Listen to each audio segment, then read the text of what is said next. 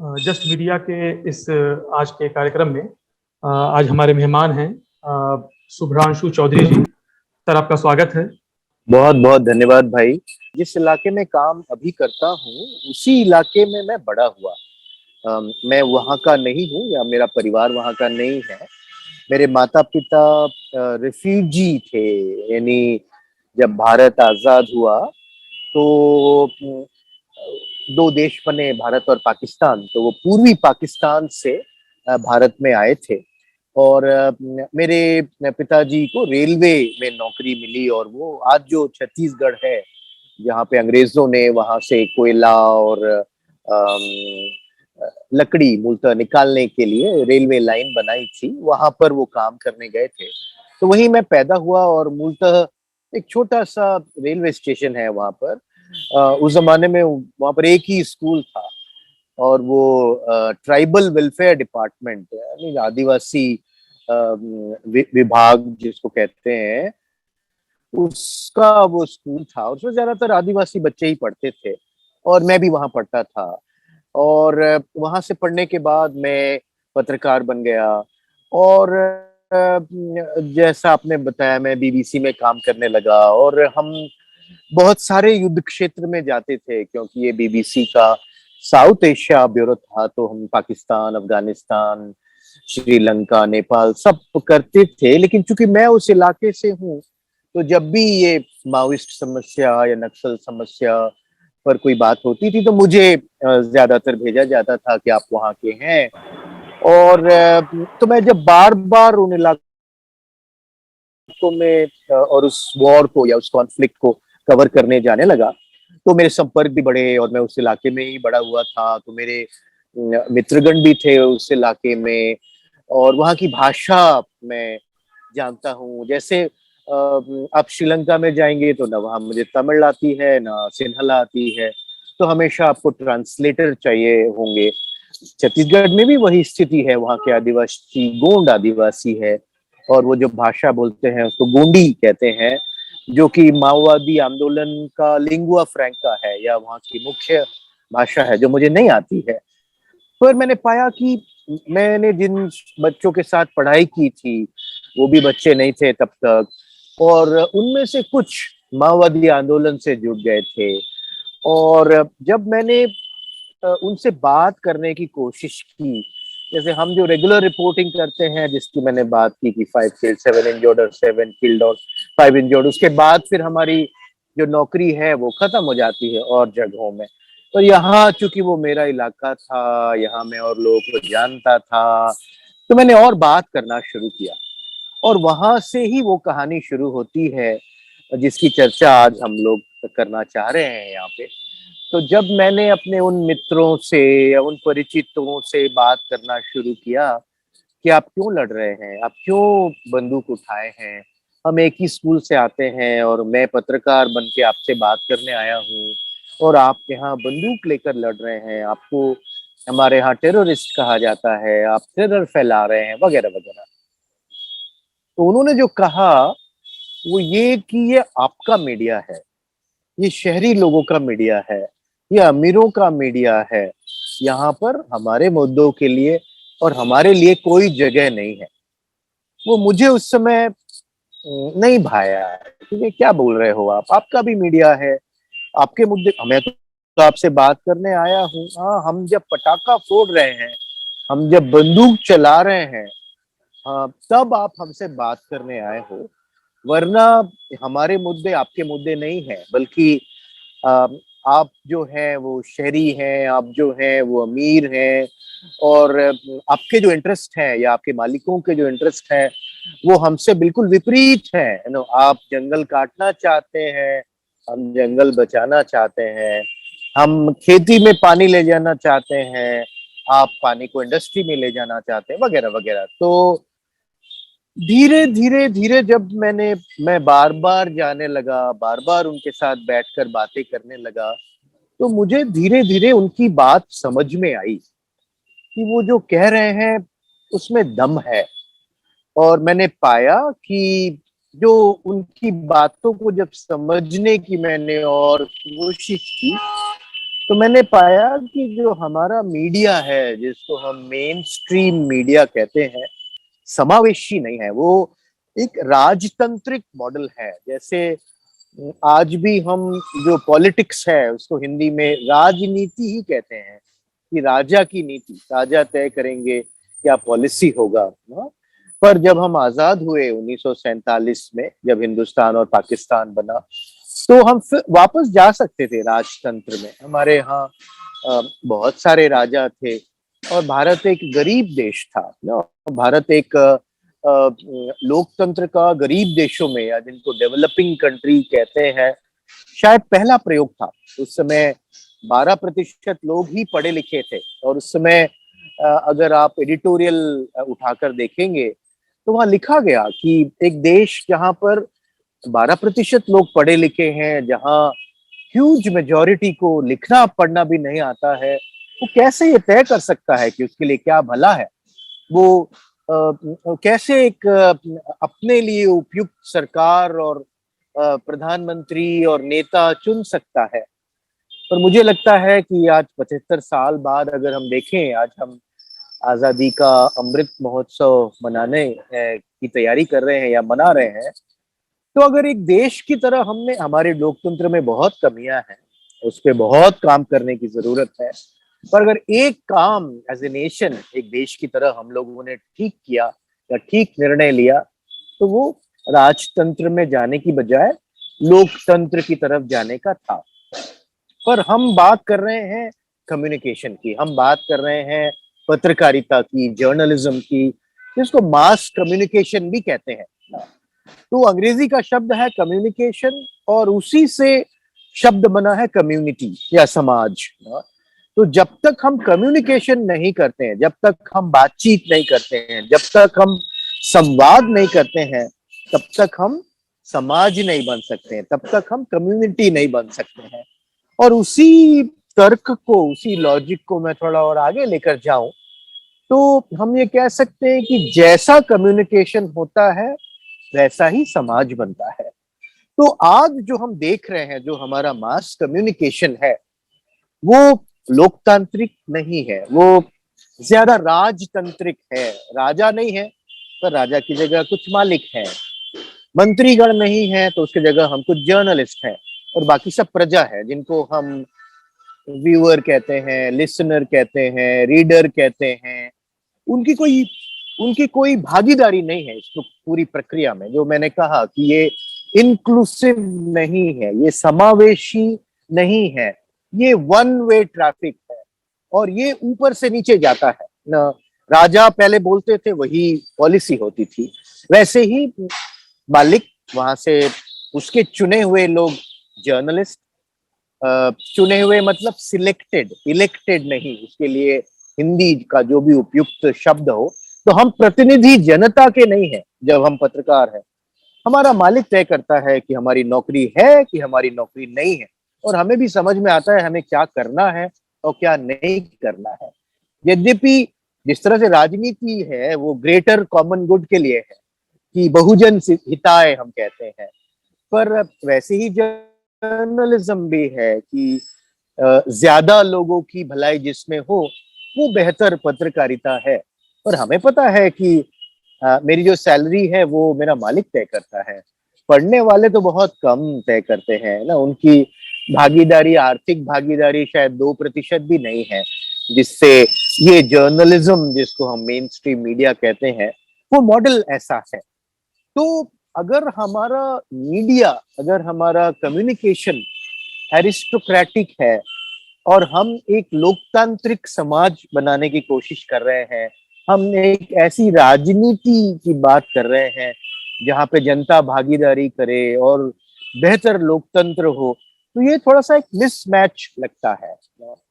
तो वहां से धीरे धीरे मुझे जो बात समझ में आने लगी उन टेररिस्ट की, या जिनको हम हमारे पूर्व प्रधानमंत्री देश की सबसे बड़ी आंतरिक समस्या कहते हैं, वो ये कह रहे थे कि क्या एक लोकतांत्रिक मीडिया हो सकता है। जैसे राजनैतिक लोकतंत्र में मैं चाहे सबसे अमीर व्यक्ति हूँ, मेरे पास भी एक वोट है, और मैं सबसे गरीब व्यक्ति हूँ, मेरे पास भी एक वोट है। तो सैद्धांतिक रूप से एक बराबरी है ना। आज एक चाय वाला भी प्रधानमंत्री बन सकता है, वो किसी का बेटा होने की जरूरत नहीं है। हमारे लोकतंत्र में बहुत कमियां हैं, तो उसको ठीक करने की जरूरत है और लगातार ठीक करने की जरूरत है, जो मैं बार बार बोल रहा हूँ। पर वो संभवतः राजतंत्र से बेहतर है, वो संभवतः और भी जो तरीके हैं, जैसे मिलिट्री रूल या कम्युनिज्म, जहाँ पे जनता का बहुत योगदान नहीं होता है, या धार्मिक जो रूल है, उन सब से बेहतर है। अगर हम सारी दुनिया में देखें तो धीरे धीरे लोग जो हैं और वो सब जो व्यवस्थाएं हैं उनसे लोकतंत्र की तरफ बढ़ रहे हैं ना। जो अमीर देश हैं उनमें सालों साल पहले ये हुआ प्रयोग, 400 साल 300 साल, हमारे यहाँ 75 साल पहले हुआ, और बाकी देशों में 50 साल 60 साल पहले शुरू हुआ। बहुत सारे देश अभी भी लोकतांत्रिक नहीं है, लेकिन कोशिश कर रहे हैं। जैसे बर्मा में लोग गोलियां खा रहे हैं, लड़ रहे हैं, जिसको म्यांमार कहते हैं, पर वो लोकतंत्र की लड़ाई लड़ रहे हैं कि हमारे यहाँ राजनीतिक लोकतंत्र होना चाहिए। हम यहाँ तो क्या, तो वो जो जिनको हम टेररिस्ट कहते हैं, जिनको हम माओवादी कहते हैं, दरअसल वो माओवादी भी नहीं है। माओवादी, मैंने ये पाया कि जब हम रिपोर्ट करते थे और हम कहते थे कि माओवादियों ने इतने लोगों को मारा या इतने सैकड़ों माओवादी आए, पर जब आप गहरे उनके साथ बात करते हैं, बैठते हैं, तो आपको समझ में आता है कि वहाँ 1% माओवादी है और 99% उनकी कुछ समस्याएं हैं। उनके लिए वो माओवादियों के साथ जुड़े हैं। वो तो संभवतः माओवादी भी नहीं है, वो समझते भी नहीं है कि ये माओवाद क्या है, कम्युनिज्म क्या है। उनकी कुछ समस्याएं हैं जिनका वो समाधान ढूंढ रहे हैं। उन्होंने जो अपने से प्रयास किया उससे कुछ हल नहीं हुआ, तो कोई आया जिसने कहा कि मैं माओवादी हूँ और हमारे साथ चलोगे तो आपकी समस्या हल होगी, तो वो जुड़ा।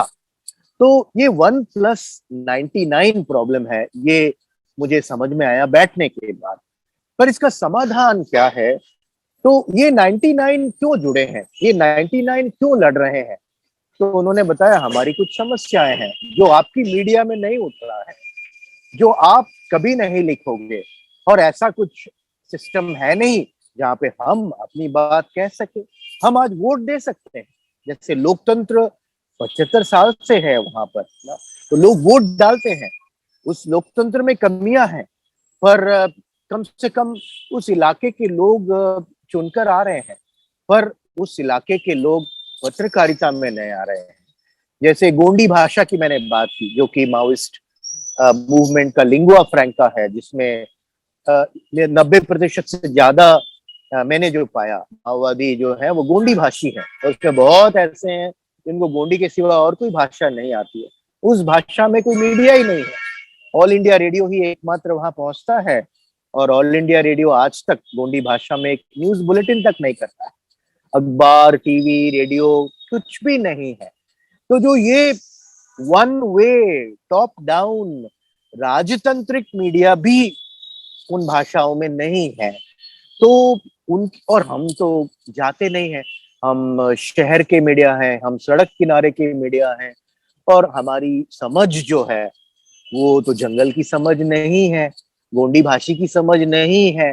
तो हम जाते भी हैं तो गोंडी भाषी से तो बात भी नहीं कर पाते हैं, तो हमारी समझ से कुछ भी हम रिपोर्ट करते हैं। और जो उन्होंने कहा कि जब हम पटाखे फोड़ते हैं, जैसे भगत सिंह ने कहा था कि मैं किसी को मारने के लिए नहीं ये बम फेंक रहा हूँ, और ये सरकार बहरी है, तो उसी तरह से उन्होंने कहा कि आप लोग बहरे हैं, जब हम पटाखा फोड़ रहे हैं तो आप लोग आ रहे हो, पर आते भी हो तो हमारे लीडर से बात करते हो और पुलिस से बात करते हो। बीच में जो 99% है उनके लिए भी आपके पास समय नहीं है। तो क्या ये बदल सकता है? तो कोई भी आदिवासी जर्नलिस्ट नहीं है, मतलब इक्का दुक्का अभी पिछले कुछ सालों में कुछ लोग बने हैं, पर वो भी जो हिंदी जानते हैं। हिंदी एक फॉरेन लैंग्वेज है उन इलाकों के लिए। हिंदी उत्तर भारत की भाषा है, और गोंडी जो है वो दक्षिण भारत की भाषा है, जिसको जैसे आर्यन और द्रविडियन जो कहते हैं, वो द्रविडियन भाषा है। तो इसमें पानी और तेल का संबंध है। एक शब्द भी नहीं मिलते हैं हिंदी और गोंडी में। गोंडी और तेलुगु में, गोंडी और मलयालम में शायद कुछ समानता है क्योंकि वो एक ही फैमिली के शब्द हैं। पर कुछ लोग जो पढ़ लिख गए हैं आदिवासी, वो अब पत्रकार इक्का दुक्का बनना शुरू हुए हैं। पर जिस तरह से पॉलिटिकल डेमोक्रेसी में हो रहा है कि हर व्यक्ति के पास एक वोट है, क्या जर्नलिज्म वैसा हो सकता है क्या? तो वो मुझसे कहते थे कि क्या आप हवा के जैसा मीडिया बना सकते हो? प्रकृति ने हमको या नेचर ने हमको लोकतांत्रिक मीडिया दिया है कि हवा के माध्यम से हम बात करते हैं, हर कोई बात कर सकता है, वो किसी को रोकता नहीं है। पर जैसे ही आपके मैन मेड कम्युनिकेशन टूल्स आते हैं, वो मशीन आते हैं, वो चाहे माइक हो, वो चाहे रेडियो हो, वो चाहे प्रिंटिंग प्रेस हो, वो चाहे अखबार हो, वो चाहे टेलीविजन हो, वो हमको नहीं मौका देता। वो बहुत थोड़े लोगों को मौका देता है। तो वही वो इंक्लूसिव नहीं है, वो राजतांत्रिक है, वो लोकतांत्रिक नहीं है, वहां पे सबको समान अधिकार नहीं है। तो क्या ऐसा मीडिया हो सकता है जहां पर हर कोई, जैसे हर एडल्ट ना, हर वयस्क आज एक वोटर है ना, वो वोट डाले या ना डाले उसको अधिकार है, पढ़ा लिखा हो या ना हो, वो महिला हो, पुरुष हो, किसी भी जाति का हो, किसी भी धर्म का हो, हर एडल्ट एक वोटर है और उसके पास एक ही वोट है, वो अमीर हो चाहे गरीब हो। क्या उसी तरह से एक ऐसा लोकतांत्रिक मीडिया हो सकता है जहां पर हर व्यक्ति की बात को उतनी ही तवज्जो मिले, उतना ही वेटेज मिले, उतनी ही कीमत मिले? और तो वो प्रयोग हम लोगों ने फिर करना शुरू किया। इसी का नाम सीजी नेट स्वर है। हम लोगों ने पहले सीजी नेट की तरह शुरू किया कि इंटरनेट जो है वो एक लोकतांत्रिक टेक्नोलॉजी है। जैसे समाज जैसा होता है, टेक्नोलॉजी भी वैसी ही बनती है। तो पहले हमारा समाज भी एरिस्टोक्रेटिक था, नॉन डेमोक्रेटिक था, नॉन इंक्लूसिव था। तो जितने भी टेक्नोलॉजीज आए, देखिए वो चाहे प्रिंटिंग प्रेस, उस जमाने में वो रिवोल्यूशन थे, पर वो थोड़े से लोगों के ही ओनरशिप में होता है और थोड़े से ही लोग उसमें लिखते हैं। वैसे ही रेडियो है, रेडियो स्टेशन में थोड़े लोगों को ही एंट्री मिलती है। वैसे ही टेलीविजन भी है। पर 90 के दशक दो टेक्नोलॉजी हमारे जीवन में आए। पहला इंटरनेट और दूसरा मोबाइल फोन। ये दोनों ज्यादा लोकतांत्रिक है। अभी तो मोबाइल फोन बहुत ज्यादा लोगों के पास में है। तो ये एक रेडियो स्टेशन की तरह है। जैसे मैं आज आपके साथ में अपने मोबाइल फोन के माध्यम से बात कर रहा हूं, तो ये एक ब्रॉडकास्टिंग टूल है जहां पर लोग, अगर उनके पास में फोन का सिग्नल हो तो वो अपनी बात कह सकते हैं। फिर हमने देखा कि इंटरनेट तो बहुत ज्यादा लोगों के पास में नहीं है और बहुत ज्यादा लोग लिख पढ़ भी नहीं सकते हैं। यद्यपि वो लिटरेट है, वो अपना सिग्नेचर कर सकते हैं बैंक से पैसा निकालने के लिए, पर वो सहज महसूस करते हैं बोलने में और सुनने में। तो उनके लिए पढ़ना और लिखना मुश्किल काम है। जैसे हमारे लिए नाचना बहुत मुश्किल है, गाना बहुत मुश्किल है, पर एक आदिवासी के लिए नाचना और गाना बहुत सरल है, पर उसके लिए पढ़ना और लिखना मुश्किल है ना। तो क्या हम जिस तरह से हर कोई वोट डाले, उसके लिए हमने व्यवस्था बनाई। जो पढ़ नहीं सकता, कोई बात नहीं, पंजा छाप देख के वोट दे सकता है, कमल छाप देख के वोट दे सकता है। उसको सिग्नेचर करने की कोई जरूरत नहीं है, उसको बटन दबाना है या उसको एक स्टैंप लगाना है। तो क्या इसी तरह से, अगर उसको लिखना नहीं आता, अगर वो एक जंगल और पहाड़ के पीछे में रहता है, क्या हम ऐसी व्यवस्था बना सकते हैं कि हर की आवाज हमारे पास पहुंचे? अब हर की आवाज तो हर के पास नहीं पहुंच सकती है। हमारे देश में 1.4 अरब लोग रहते हैं। अब 1.4 अरब लोग एक साथ बोलना शुरू करेंगे तो किसी को भी कुछ नहीं सुनाई देगा। तो उसके लिए एक व्यवस्था बनानी पड़ेगी। जैसे हमने इलेक्शन कमीशन बनाया कि 1.4 अरब लोग बोलते हैं या जितने भी प्रतिशत लोग वोट डालते हैं, फिर कुछ समय बाद हमको पता चलता है कि इतने प्रतिशत लोगों ने ये बोला, इतने प्रतिशत लोगों ने ये बोला। तो क्या वैसा ही हम एक न्यूज कमीशन बना सकते हैं जहां पर लोग अपनी बात बोले, जिसको बोलना आता है वो बोले, जिसको जिस भाषा में बोलना आता है वो बोले। उसको हिंदी नहीं आती है तो कोई बात नहीं, उसको गोंडी आती है तो उसको गोंडी की भी एक बोली आती है तो कोई बात नहीं। हमारे पास मशीन होने चाहिए जिससे वो अनुवाद हो सके ना। उसके पास फोन का सिग्नल नहीं है, कोई बात नहीं, उसके फोन में ब्लूटूथ चलता है। तो हम लोग जो अभी रेडियो स्टेशन चलाते हैं उसको गांव के लोग बुलटू रेडियो बोलते हैं। बुलटू इसलिए क्योंकि वो ब्लूटूथ का उच्चारण नहीं कर पाते हैं। उनके पास में फोन है, फोन के हैंडसेट है। आप जितने भी रिमोट गांव में भी चले जाइए, आपको आधा दर्जन फोन हैंडसेट जरूर मिल जाते हैं। ये मेरी समझ बनी है।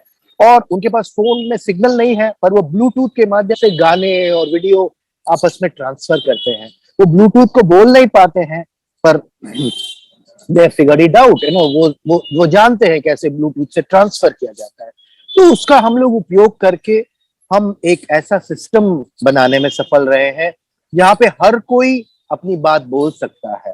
वो पढ़ा लिखा हो नहीं हो, आदिवासी हो, किसी भी भाषा में बात करता हो, अगर उसके पास इंटरनेट है तो वो वीडियो भेज सकता है, अगर उसको लिखना आता है तो वो लिखकर भेज सकता है।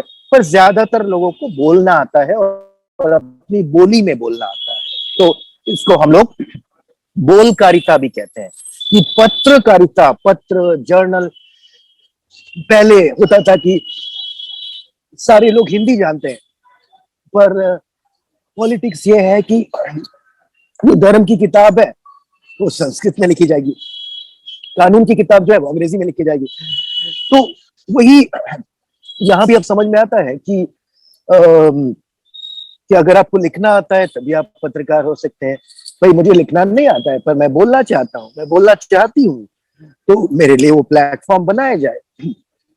तो वो प्लेटफॉर्म बनाए जाने की जरूरत है।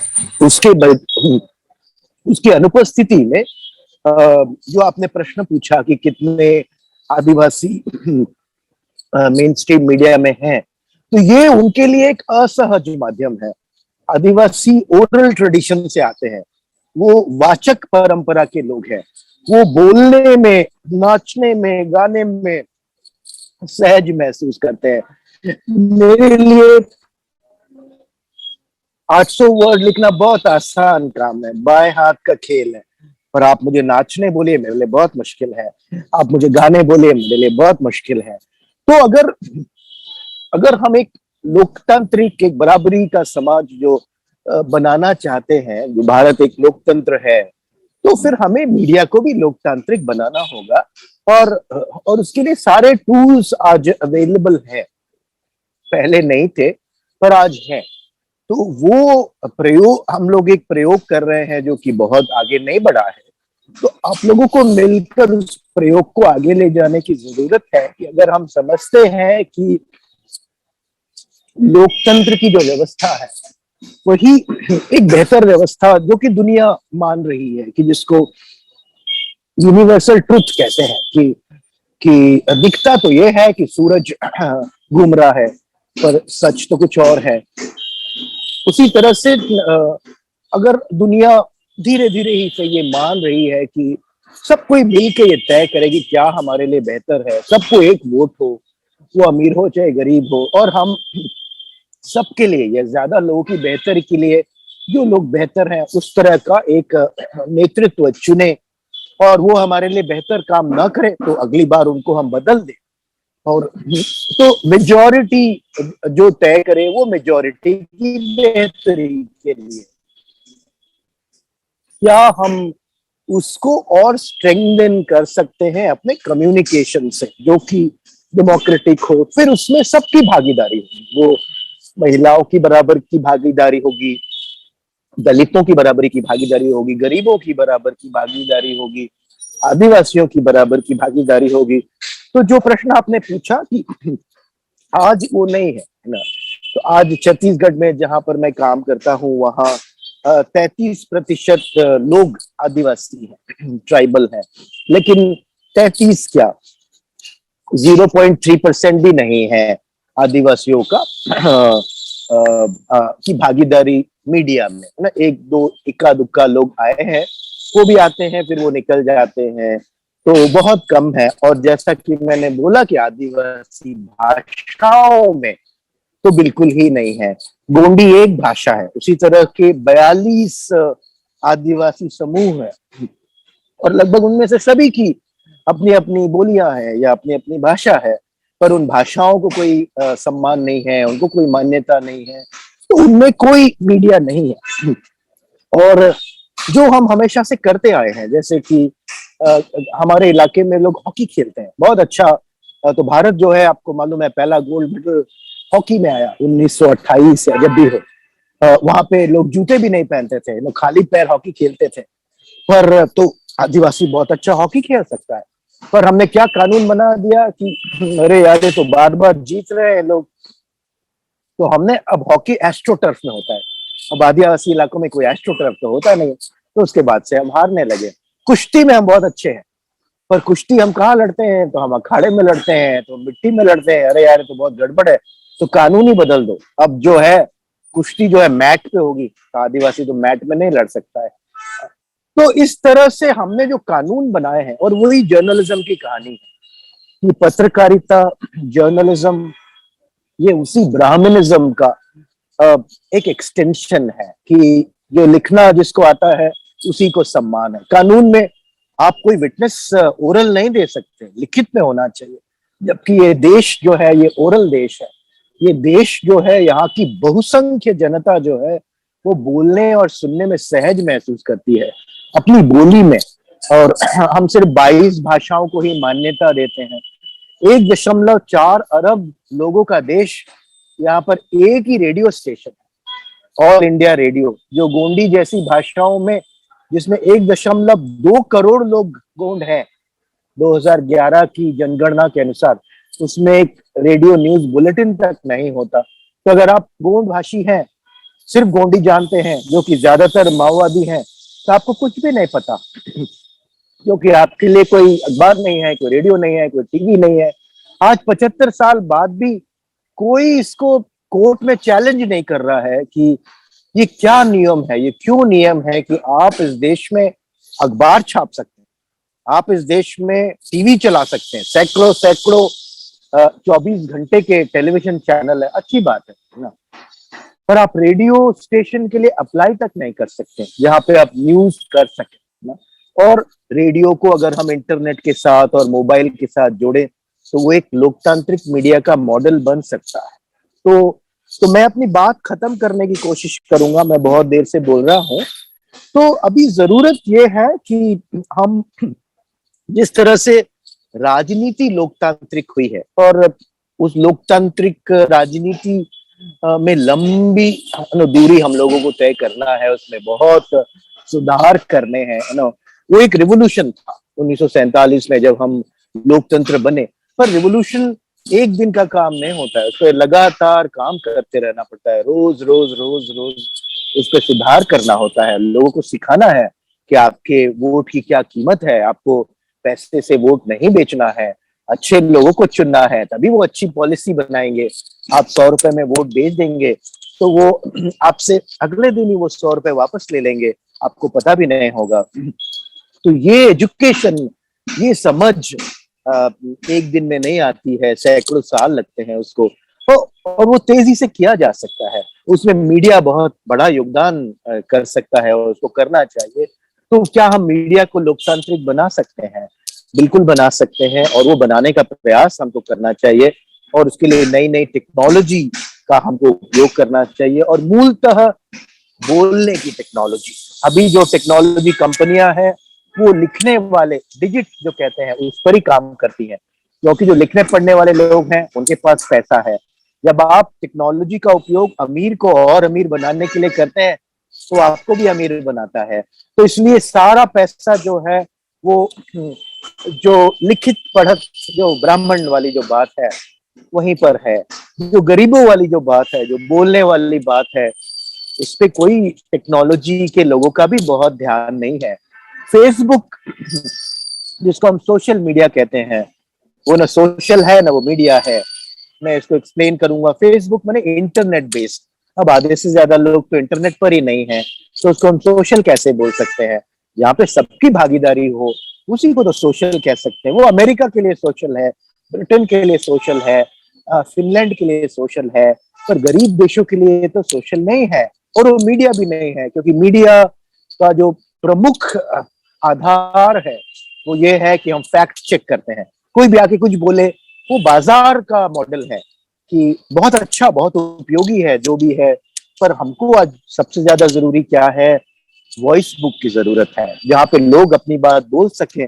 पर बोलने की आजादी का अर्थ ये नहीं कि कोई भी कुछ भी बोलेगा। तो वो फेक न्यूज फैक्ट्री है। कोई दारू पी के बोल रहा है, कोई मोटिवेटेड कुछ बोल रहा है, कोई किसी से कुछ बुलवा रहा है, पर उसको चेक करना है, उसको क्रॉस चेक करना है। जिस तरह से हम अपने नेता चुनते हैं, उसी तरह से हम अपनों जर्नलिस्टों को भी चुनना है कि वो अच्छा काम करेंगे तो फिर चुनेंगे, वो अच्छा काम नहीं करेंगे तो उनको बदल देना है। उनको जो जनता फर्स्ट इंफॉर्मेशन भेजती है, जैसा मैंने पहले कहा कि 1.4 करोड़ या अरब लोग बोलने लगेंगे तो फिर वो तो शोर हो जाएगा। पर एक व्यवस्था हम बनाए कि इस ब्लॉक से इतने लोगों ने बोला और उसको ये लोग सुनेंगे, फैक्ट चेक करेंगे। उस जो स्टोरीज आई उसमें एक हमको ट्रेंडिंग मिलेगा कि आज 79% लोग क्या बोल रहे हैं, 59% लोग क्या बोल रहे हैं। तो जो 79% लोग बोल रहे हैं वो शायद आज का मेन न्यूज होगा। तो न्यूज गैदरिंग इस तरह से लॉजिकल हो सकता है, साइंटिफिक हो सकता है ना। आज तो क्यों ये न्यूज प्रथम न्यूज है, मेन न्यूज है, टॉप न्यूज है, उसका कोई विज्ञान नहीं है। है ना। टेलीविजन स्टेशन में लोग अखबार पढ़ते मिलते हैं, अखबार के दफ्तर में लोग टेलीविजन देखते मिलते हैं। कोई छोटा सा हमारा सर्कल है और शहर केंद्रित है। जो गांव में जो पत्रकार हैं उनको एडवर्टाइजमेंट इकट्ठा करना है, वो उनकी सैलरी का आधार है। तो कौन कौन सी खबर वो भेजेंगे ना। एडवर्टाइजमेंट कौन देता है? वो किसी भी अमीर के खिलाफ कुछ नहीं कर सकते हैं ना। उनको एडवर्टाइजमेंट अगले महीने फिर कैसे मिलेगा? तो ये जो हमारा मॉडल है, तो ये किसी के खिलाफ बात नहीं है, किसी की बुराई नहीं है, पर और हर मॉडल की ताकत होती है, कमजोरी होती है। तो आज का जो हमारा मेन स्ट्रीम मीडिया का मॉडल है उसकी बहुत ताकत है, राजतंत्र की भी बहुत ताकत थी, उसमें भी बहुत सारे अच्छे लोग थे, पर अच्छे लोग उसमें एबरेशन थे, उपवाद थे। उसी तरह से लोकतांत्रिक मीडिया में भी बहुत कमजोरियां हैं, बहुत कमजोरियां होंगी। पर मुझे ऐसा लगता है, पर ये अभी तय समाज को करना है और भविष्य को करना है, जब हमको एक पैरेलल मॉडल बनाना चाहिए कि एक ये लोकतांत्रिक मीडिया का मॉडल है जो कि बॉटम अप होगा, जहाँ पे नीचे से खबरें आएंगी, लोग ही खबरें देंगे, जिसको हम जर्नलिज्म ऑफ कंसर्न कहते हैं कि मैं रिपोर्ट कर रहा हूँ क्योंकि मैं उसके बारे में चिंतित हूँ, परेशान हूँ। मैं उस खबर को बताना उसके लिए मुझे कोई पैसे नहीं मिलेंगे। जैसे वोट देने के लिए आपको पैसे नहीं मिलने चाहिए, क्योंकि आपको आज 50 रुपए कोई दिया तो कल 100 रुपए जिस जो देगा उसको आप वोट देंगे। आपको अपने पैसे खर्च करने हैं, वोट देने के लिए भी और रिपोर्ट करने के लिए भी। पर बीच में कुछ लोग होने चाहिए, जो चुने हुए लोग होने चाहिए, जो उन रिपोर्ट्स की डेटा क्रंचिंग करेंगे, उसको बेहतर बनाएंगे और फिर इंश्योर करेंगे कि कैसे वो सारे लोगों के पास जाए। जिसके पास इंटरनेट है, जो पढ़ लिख सकता है, वो पढ़े लिखे के रूप में जाए, जो सुन सकता है उसके पास ओरल रूप में जाए, जिसके पास फोन सिग्नल भी नहीं है उसके पास ब्लूटूथ की मदद से जाए। तो सभी की बात आए, वो उसकी उसकी प्रोसेसिंग हो और सभी के पास वो वापस जाए ना। वो एक लोकतांत्रिक मीडिया का मॉडल बने जिसमें हर की भागीदारी हो। अब गोंडी भाषा में अगर खबरें आएंगी तो जो गोंडी जानते हैं वही तो उसकी प्रोसेसिंग कर सकते हैं। तो वैसे लोगों को हमको जर्नलिस्ट बनाना पड़ेगा। उसके बगैर ये जो अल्टरनेटिव मीडिया की जो हम बात कर रहे हैं, जो पैरेलल मीडिया की हम बात कर रहे हैं, जिस तरह से टाइम्स ऑफ इंडिया है जो टॉप डाउन है, जो दिल्ली से मुंबई से नीचे जाता है, वैसे एक टाइम्स ऑफ रूरल इंडिया बन सकता है जहाँ खबरें नीचे से आएंगी, जहाँ हर कोई जैसे वोट डालते हैं वैसे हर कोई रिपोर्ट करेंगे। पर फ्री फॉर ऑल नहीं होगा कि आपने हर कोई भी कुछ बोल रहा है वही रिपोर्ट होगा, नहीं। उसको क्रॉस चेक करना है, उसको वेरीफाई करना है, वो स्लो होगा, उसमें समय लगेगा। उसके लिए हमको टेक्नोलॉजी बनाना है। जैसे हमने इलेक्शन कमीशन बनाया है वैसे ही हमको न्यूज कमीशन बनाना है और लोगों को ट्रेन करना है कि कैसे उसकी फैक्ट चेकिंग होगी, कैसे ये 10,000 रिपोर्ट आई है उसको मिलाकर एक रिपोर्ट बनानी है, कैसे डेटा क्रंचिंग करनी है कि इतने लोग ये बोल रहे हैं, इतने लोग ये बोल रहे हैं, उसमें हमको गहरे जाना है। पहले राजा बोलता था यहाँ पर सड़क बनाओ और यहाँ पर हैंडपंप खोदो, उसके पीछे कोई आधार नहीं होता था, कोई उसके पीछे साइंस नहीं होता था, उसके पीछे कोई लॉजिक नहीं होता था। कभी कभी वो ठीक भी होते थे, जैसे आज बहुत समय मेन स्ट्रीम मीडिया भी ठीक होता है। तो और ये सिर्फ भारत की तकलीफ नहीं है। जब हिलरी क्लिंटन हारी तो जितने मेरे मित्र हैं अमेरिका में, वो ये क्या हो रहा है, अरे क्या हो रहा है, हम लोग सब बैठे हुए हैं सातवें आसमान पे, हमें पता ही नहीं कि देश क्या सोच रहा है, लोग क्या सोच रहे हैं। लोग जैसा सोच रहे हैं वैसा ही रिजल्ट आ रहा है। 2004 में मुझे याद आता है, मैं उसमें फुल टाइम जर्नलिस्ट था, हम लोग सिर्फ यही चर्चा करते थे कि इंडिया शाइनिंग है और वाजपेयी जी कितने कितने अंतर से जीतेंगे। सोनिया गांधी जीत गई, जिसको हम लोग चर्चा में भी नहीं थे ना। तो हम लोग ऊपर में बैठ के, गुड़गांव से बाहर भी थोड़ा ये देश है, उस समय हम लोगों ने चर्चा की। उसी तरह से न्यूयॉर्क के बाहर भी अमेरिका है, जहाँ पे लोग वोट डालते हैं। तो वो बड़े बड़े जर्नलिस्टों को कुछ वहां नहीं समझ में आया, बड़े बड़े जर्नलिस्टों को यहाँ नहीं समझ में आया। तो वो ये सब जगह की प्रॉब्लम है, ये भारत की प्रॉब्लम नहीं है, क्योंकि जर्नलिज्म अभी भी एरिस्टोक्रेटिक है, जर्नलिज्म अभी भी टॉप डाउन है, वन वे है, इंक्लूसिव नहीं है, लोकतांत्रिक नहीं है। जो हो सकता है तो वो प्रयोग हम लोगों को करने की जरूरत है और सबको मिलकर करने की जरूरत है। हमको टेक्नोलॉजिस्ट को इसमें खास तौर पे जोड़ने की जरूरत है। अब 1.4 करोड़ अरब लोग बोलेंगे तो सबका तो हम सुन नहीं सकते हैं ना, उतना समय नहीं है किसी के पास। तो क्या टेक्नोलॉजी इसमें मदद कर सकती है हमको, कि क्या वो बोल रहे हैं वो हमें टेक्नोलॉजी बता दे, क्या वो वीडियो भेज रहे हैं वो हमको मशीन बता दे। ये सब चीजें किया जा सकता है, जो भी भाषा में वो बोल रहे हैं उसका अनुवाद हो जाए। ये सब मशीन ट्रांसलेशन टूल्स आज अवेलेबल हैं, तो इस पर काम करने की जरूरत है। वरना जो मैंने कहानी शुरू की थी कि आज से 60 साल पहले भी हम 5 killed 7 injured और 7 killed और 5 injured करते थे, आज भी वही कर रहे हैं। उस समस्या के समाधान में हमारा कोई भी योगदान नहीं है। इन्फॉर्म करना बहुत बड़ा काम है, ठीक से इन्फॉर्म करना है, पर उस समस्या को हम माओइस्ट प्रॉब्लम कहते हैं। जबकि जब आप गहरे जाते हो तो आप समझ पाते हो कि सिर्फ 1% माओइस्ट है, 99% इसलिए माओइस्ट के साथ गया है क्योंकि उसकी कुछ समस्याएं हैं। वो समस्याएं क्यों नहीं हल हो रही है? क्योंकि कोई प्लेटफॉर्म ही नहीं है जहां पे वो उस मुद्दे को उठा सके, और आपके पास इतना समय और पैसा नहीं है और समझ भी नहीं है, आप भाषा भी नहीं जानते हैं कि आप जाके उसके बारे में रिपोर्ट कर सके। तो जब समस्याएं हल नहीं होती है, वो इकट्ठा होती रहती हैं। कोई एक दिन आता है, बोलता है कि हमारे साथ चलो, बंदूक उठाओ, और फिर हम उसको टेररिज्म कहते हैं। तो हमने उसमें कंट्रीब्यूट किया क्योंकि हमारा जो प्लेटफॉर्म है, हमारा जो पैराडाइम है, वो इंक्लूसिव नहीं है, वो लोकतांत्रिक नहीं है, जहाँ पे लोगों के मुद्दे नहीं उठ के आए। लोगों के मुद्दे नहीं उठ के आए तो वो हल नहीं हुए तो वो जमा होते गए, और एक दिन वो पटाखा फूटा, और फिर हम उसको टेररिज्म और वॉर और कॉन्फ्लिक्ट कहते हैं, और फिर उसी की रिपोर्टिंग करते रहते हैं। तो अभी का जो हमारा मॉडल है वो इंक्लूसिव नहीं है, उसमें बहुत ज्यादा लोग शामिल नहीं है, खास तौर पे निचले तबके के। जो तो आदिवासी की बात आपने खास तौर पे की, तो आदिवासी हमारे समाज का सबसे कमजोर, सबसे गरीब तबका है, उसकी भागीदारी बिल्कुल भी नहीं है, गरीब की भी नहीं है, दलित की भी नहीं। दलित अभी थोड़ा थोड़ा राजनीतिक रूप से संगठित हो रहे हैं तो उनकी थोड़ी थोड़ी भागीदारी बढ़ रही है। पर इस पर और काम, हम पत्रकारों को, जो हम अपने आप को इंटेलेक्चुअल कहते हैं, हम नेताओं को बहुत गालियां देते हैं, पर उन्हीं नेताओं ने आज से 75 साल पहले राजनीति में लोकतंत्र लाया, और वो बहुत करेजियस काम था, वो बहुत हिम्मत का काम था। जो मैंने कहा कि उस जमाने में थोड़े से लोग ही पढ़े लिखे थे, पर उन्होंने लोकतंत्र का प्रयोग किया, और उसी प्रयोग को सारी दुनिया ने, फिर अफ्रीका और तमाम कॉन्टिनेंट्स में लोग एक के बाद एक आजाद होते गए, और भारत की देखा देखी उन्होंने लोकतंत्र अपनाया ना। तो भारत ने बहुत बड़ा योगदान दिया पूरी दुनिया में।